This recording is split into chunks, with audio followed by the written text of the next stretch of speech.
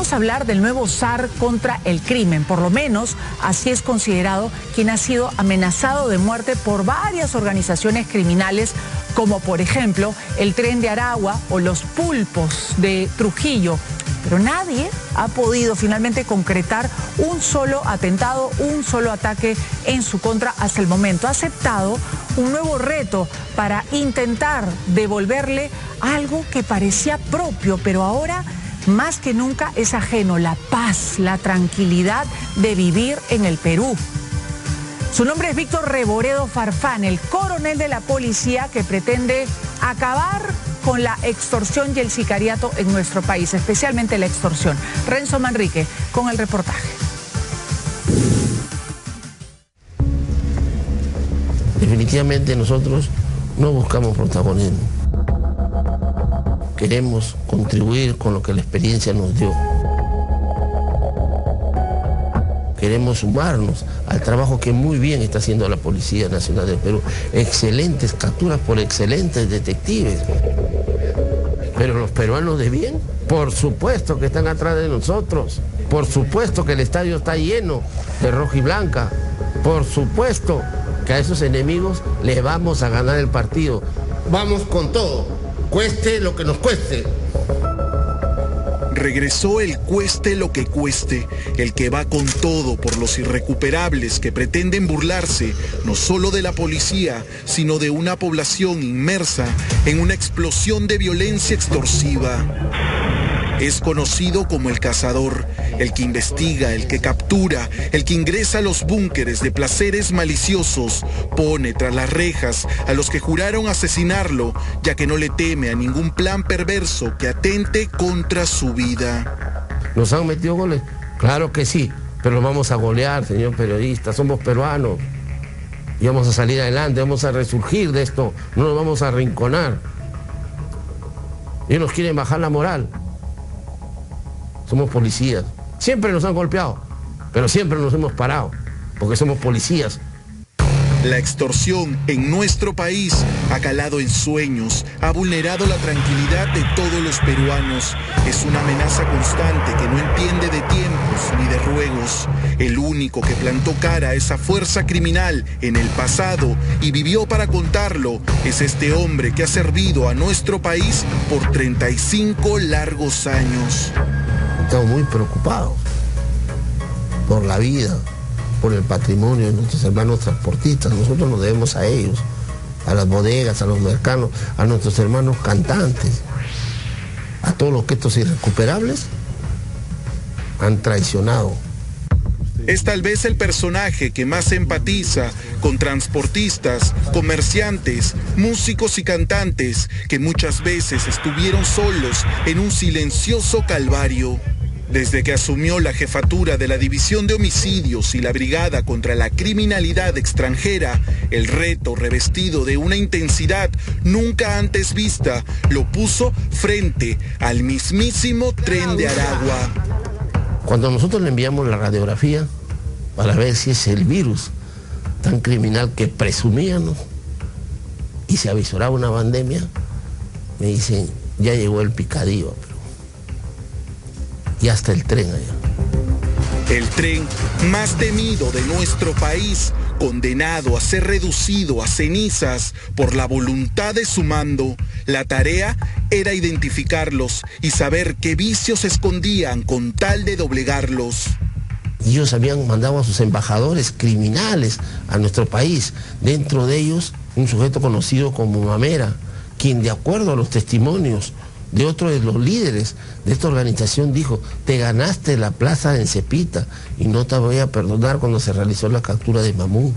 No se resolvió todo, pero se contuvo a los principales cabecillas.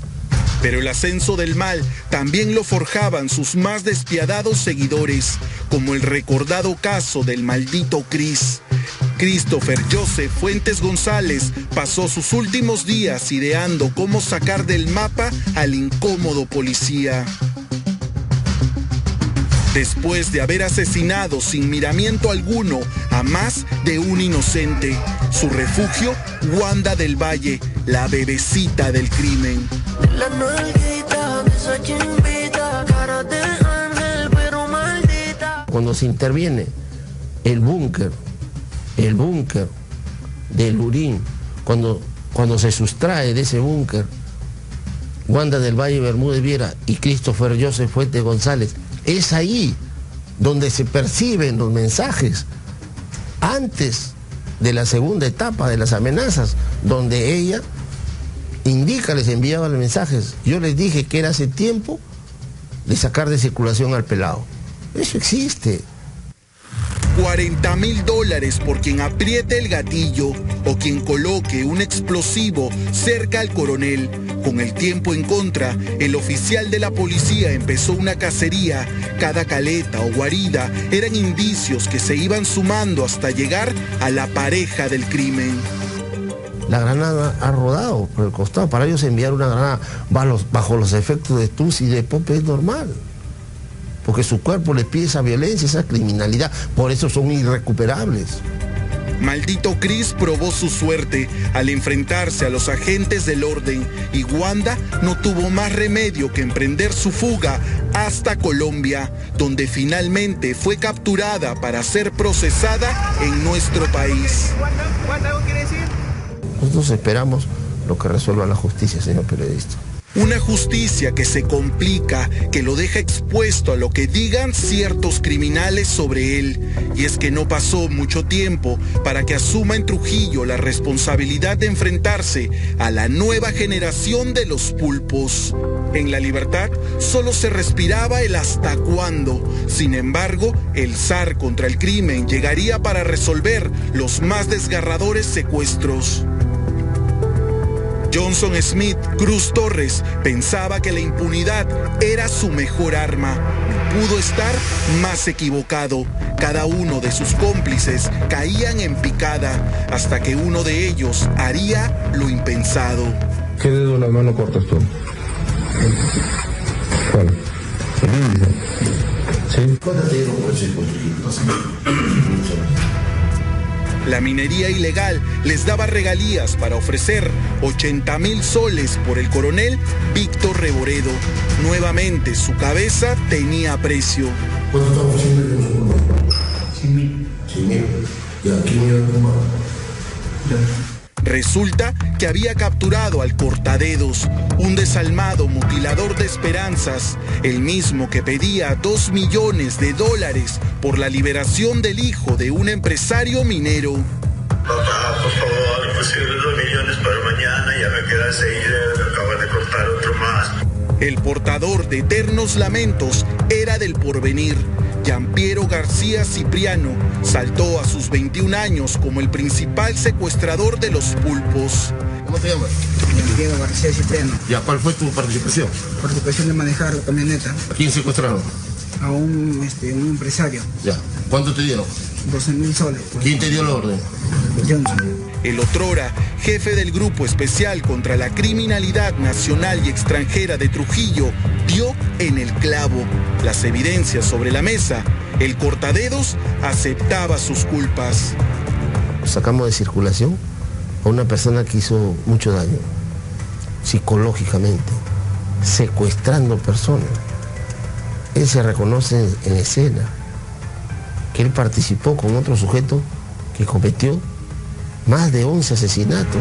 Pero el torturador ahora quería hacerse pasar por torturado. Luego le pusieron un trapo mojado en el abdomen y le pasaron electricidad. También había una tina color verde, la cual pusieron encima de un escritorio. Y como estaba esposado, uno de ellos le agachó la cabeza dentro de la tina a fin de ahogarlo.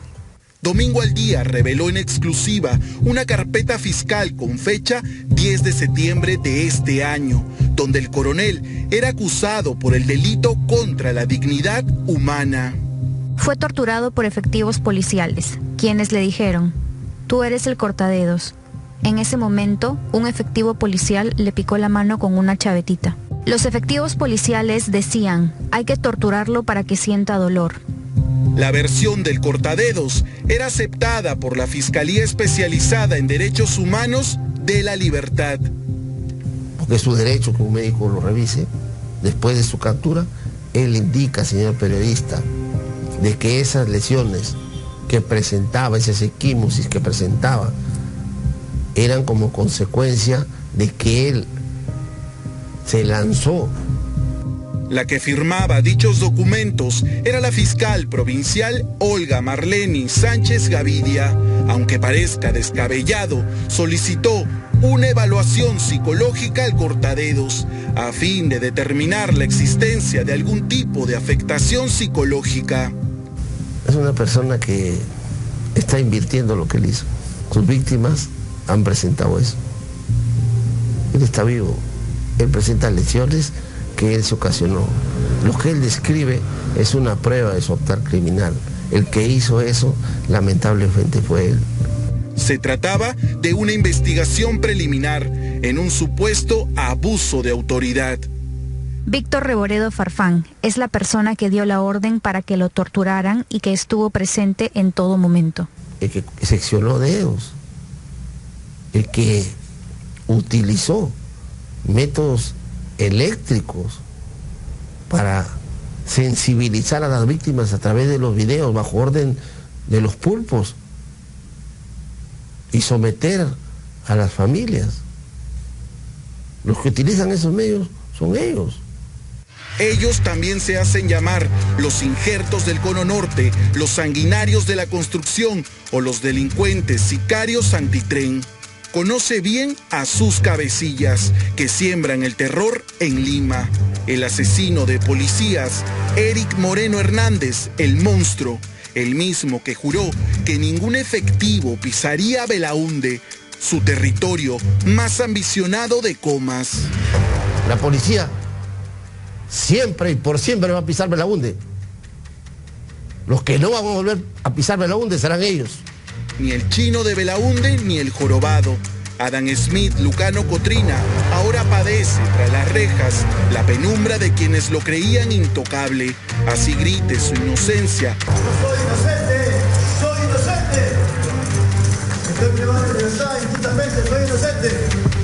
O derrame lágrimas de cocodrilo.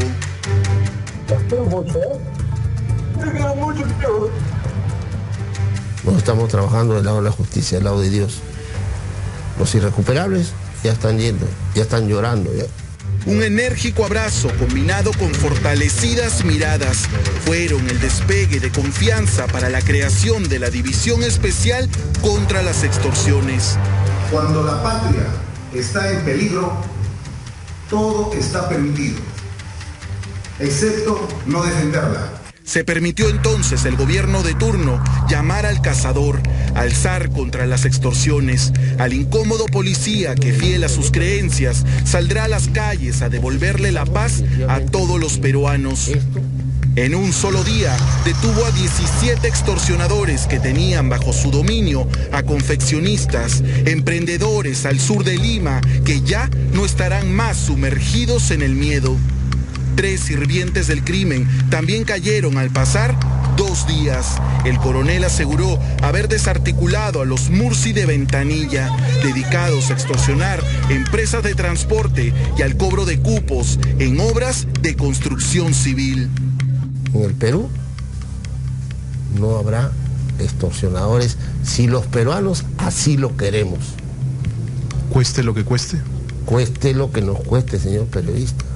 Si nos costó tanto esperar una decisión como esta, ¿cuánto nos costará esperar más resultados? Solo el tiempo lo dirá para que la población deje de sentir que viven bajo amenaza.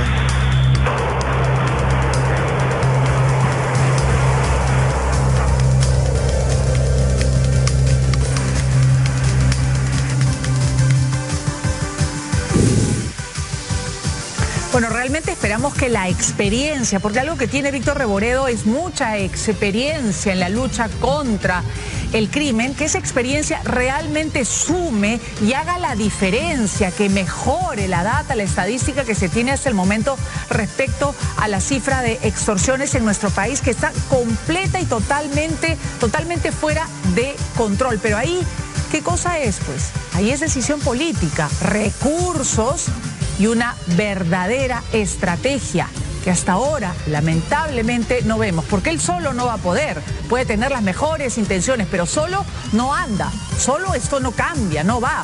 ¿es cierto? Necesita realmente Reboredo para asegurar un trabajo efectivo, decisión política, más allá de las fotos, más allá de los flashes, más allá del trabajo solo de madrugada.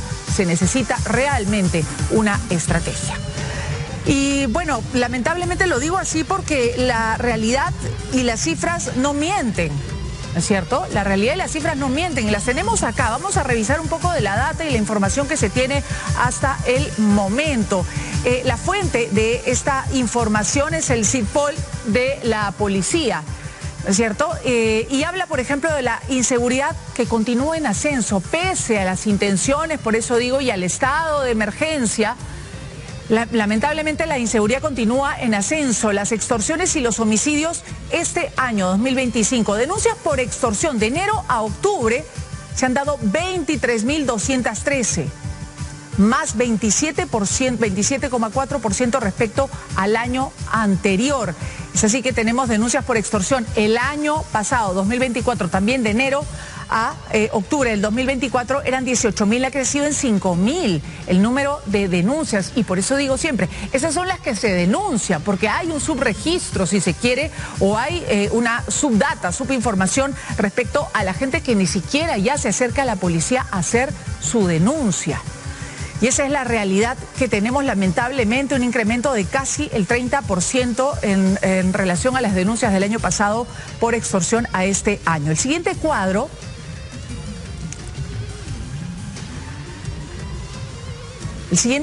nos habla del crecimiento por zonas. ¿Dónde han crecido más estas denuncias? Bueno, en Lima y Callao. En Lima metropolitana tenemos más 49,8% de denuncias que el año pasado, y en el Callao tenemos más 45,6% de denuncias por extorsión en relación al año pasado. Lima y Callao entonces están arriba en el crecimiento justamente de las extorsiones, las denuncias por extorsiones. El siguiente cuadro.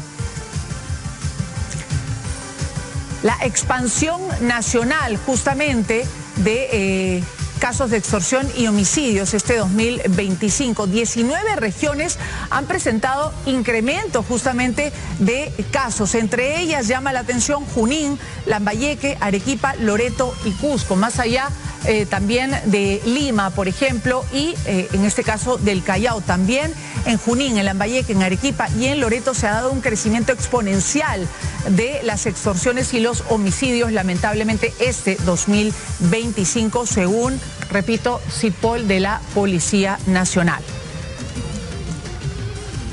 Y aquí finalmente tenemos las denuncias, ¿no es cierto?, en rojo, y los internos en la línea amarilla en penales por el delito de extorsión. En rojo la cantidad de denuncias, y en amarillo, la línea amarilla, nos habla de los internos en los penales por extorsión. Entonces, en el 2018 teníamos 3.225 denuncias por extorsión y teníamos 1.136 internos por este delito. La cifra que más obviamente se ha destapado, ¿no es cierto?, es la de denuncias por extorsión. Teníamos en 2018 3.225 y ahora tenemos 23.213 hasta el momento, lo que va de este 2025. Y en cuanto a la línea amarilla, que nos habla justamente de los internos por extorsión, esta no ha tenido el crecimiento, lamentablemente, que esperaríamos, en este caso, como es el caso de la extorsión. Se ha mantenido, por eso decía, más o menos se ha mantenido por ahí. Si en 2018 teníamos 1.136 internos por este delito, en 2025 tenemos apenas 1.390 internos por este delito.